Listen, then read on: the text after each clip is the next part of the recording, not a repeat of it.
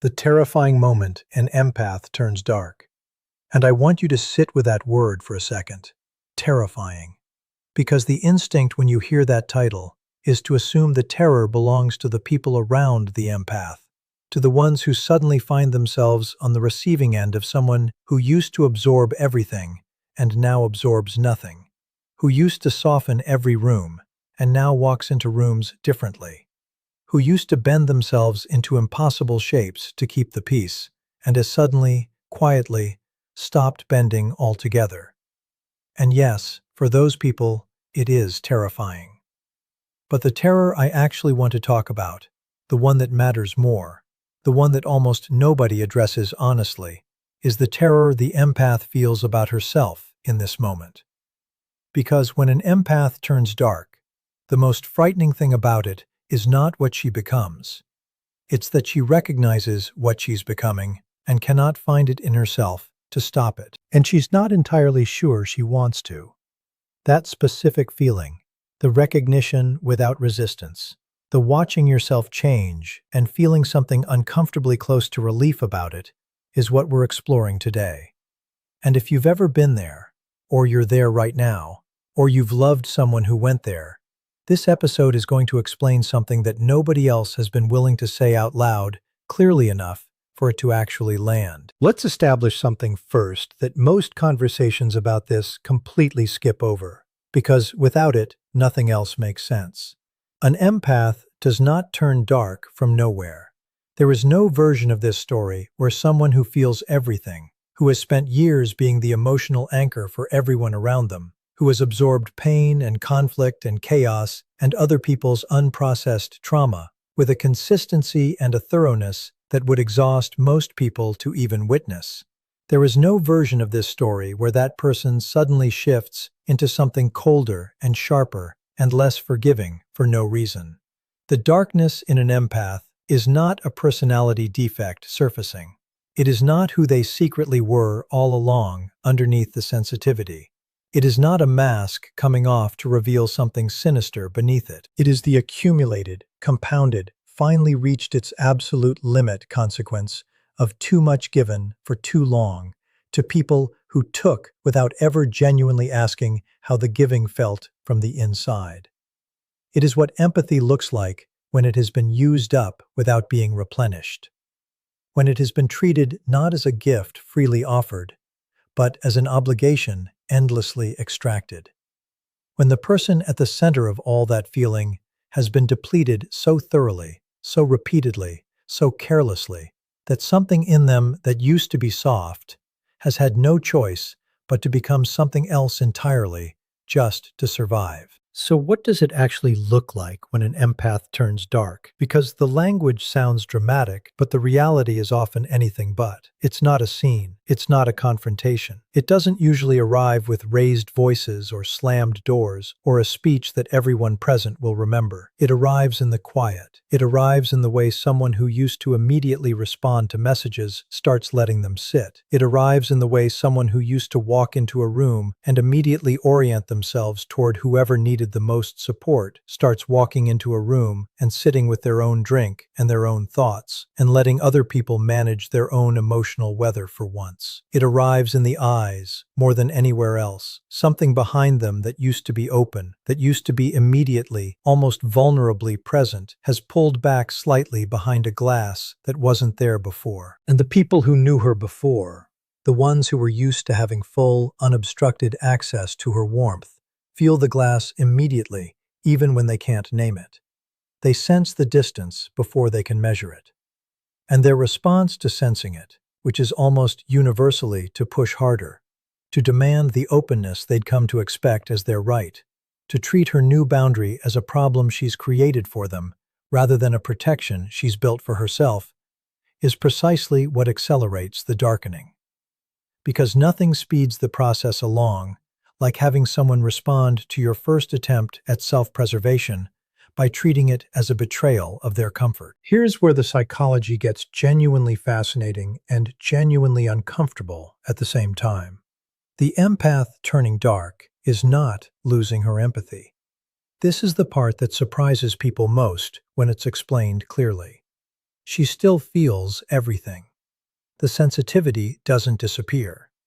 The ability to read a room, to sense undercurrents, to understand motivations before they've been articulated, all of it is still entirely intact. What has changed is what she does with what she feels. Before the turning, the empath's process was essentially automatic. Feel something, respond to it, orient herself toward the source of it, help, absorb, manage, accommodate, smooth. The feeling and the response were almost simultaneous, with almost no space between them for her to decide whether the response was something she actually wanted to give. The response just happened, the way breathing happens, reflexively and continuously, and largely outside of conscious choice. What the darkening does is install a pause, a space between the feeling and the response that didn't used to exist. And in that pause, she makes a choice. Does this deserve my energy? Does this person deserve my attention? Is this need something I am genuinely called to meet, or something that is simply being presented to me because I've always been the one who meets it? And increasingly, quietly, the answer she arrives at is no. Not from cruelty, from an accuracy about people and situations and her own limits that has been developing for a very long time and is only now finally being allowed to influence her behavior. But here's the thing about that pause, about that new space between feeling and response, that makes the empath who is going through this feel genuinely frightened about herself. Because the pause is not neutral. Inside the pause, alongside the new clarity about whether something deserves her energy, there is something else that she doesn't always know how to categorize. A cool detachment that feels foreign in a nervous system that has never known anything but full immersion. The ability to observe someone's pain, to understand it completely, to feel the shape of it accurately, and to choose not to do anything about it, to simply let it be their pain, to let it belong to them entirely, to refuse to absorb even a fraction of it. And the first few times this happens, the empath doesn't feel powerful. She feels something closer to wrong. Because her entire identity has been built around the motion toward pain,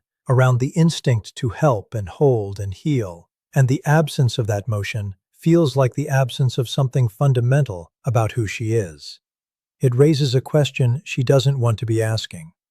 If I stop absorbing everyone else's experience, if I stop making other people's pain my immediate priority, if I stop being the person who always shows up and always stays and always finds something left to give even when there's nothing left, then who am I?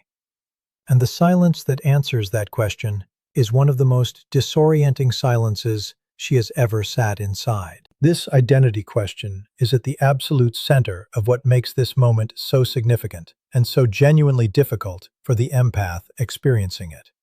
Because she built herself around her empathy in a way that most people build themselves around nothing this fundamental. Her empathy was not just a quality she had, it was the organizing principle of how she moved through the world, how she understood her own value, how she justified her existence in spaces that sometimes felt too loud, or too shallow, or too careless for someone who felt as much as she did.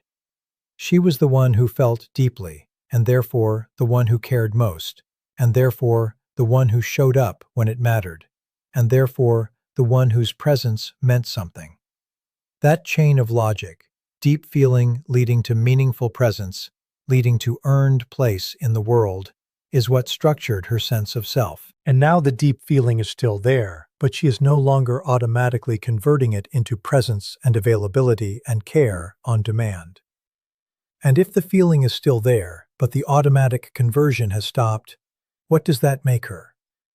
The question sits in her chest like something without a name, and she carries it through the early stages of this shift without having a clear answer. Moving forward anyway, because going backward has finally become more impossible than the uncertainty of wherever forward leads.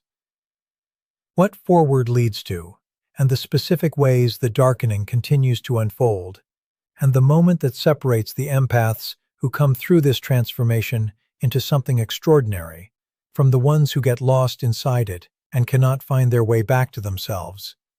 That is a conversation that goes deeper than anything we've covered so far. And that is exactly where we are going next. What forward leads to is not what most people expect when they picture an empath who has turned dark. The assumption, usually made by the people around her who are most unsettled by the change, is that forward leads somewhere cold and permanent and unreachable. That the warmth is gone, and what replaced it is a version of this person who has simply become hardened in the way that hurt people sometimes harden.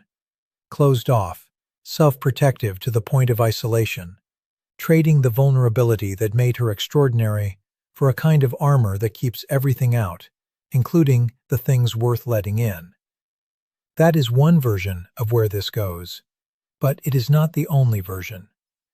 And whether the empath ends up in that version or in something entirely different, something that is actually more whole and more powerful and more genuinely herself than anything she was before the darkening began, that distinction does not come down to how much she was hurt. It comes down to what she does with the pause.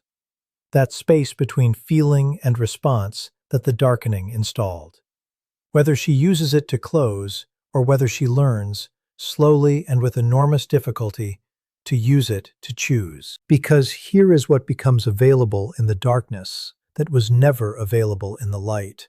And I mean this without romanticizing suffering, without suggesting that pain is a prerequisite for depth, because it isn't and it shouldn't be, and the fact that it so often is represents a failure of the people and systems around the empath long before it represents anything about her. What becomes available is self-knowledge of a quality she has never had access to before. Because when you have spent your entire life oriented outward, when your attention has always moved immediately and almost entirely toward other people's emotional experiences, you accumulate almost no information about your own. You know what you feel in reaction to others. You know what you feel in response to others. But what you feel in the absence of others, what you want when nobody is asking anything of you, who you are when you are not being useful to anyone. These are questions the constantly giving empath has almost never had the stillness to answer. The darkening creates the stillness. Forcibly, uncomfortably, often painfully. But the stillness is real. And in it, for what might be the first time in her adult life, she starts to find out who she actually is underneath everything she was always performing for everyone else. This self-discovery process is not gentle. It is not the spa retreat version of finding yourself that gets sold in wellness content. It is sitting with the recognition that some of the relationships she sacrificed the most for were never reciprocal, and she knew it, and she stayed anyway. It is acknowledging that some of the giving was not pure generosity, but a strategy, unconscious and never examined, for making herself indispensable enough that people couldn't leave. It is looking at her own patterns honestly and seeing not just what was done to her, but what she participated in, what she enabled, what she kept choosing even when every part of her was exhausted by the choosing. This is the most uncomfortable territory the darkening leads her into, because it is so much easier to be entirely the victim of what happened, and she was genuinely, legitimately hurt. That is not being minimized here. But the full picture, the one that actually gives her power over her future, rather than just clarity about her past, requires her to look at her own role in the pattern with the same unflinching accuracy she has always applied to everyone else. And that accuracy, turned inward, is the hardest thing she will ever do.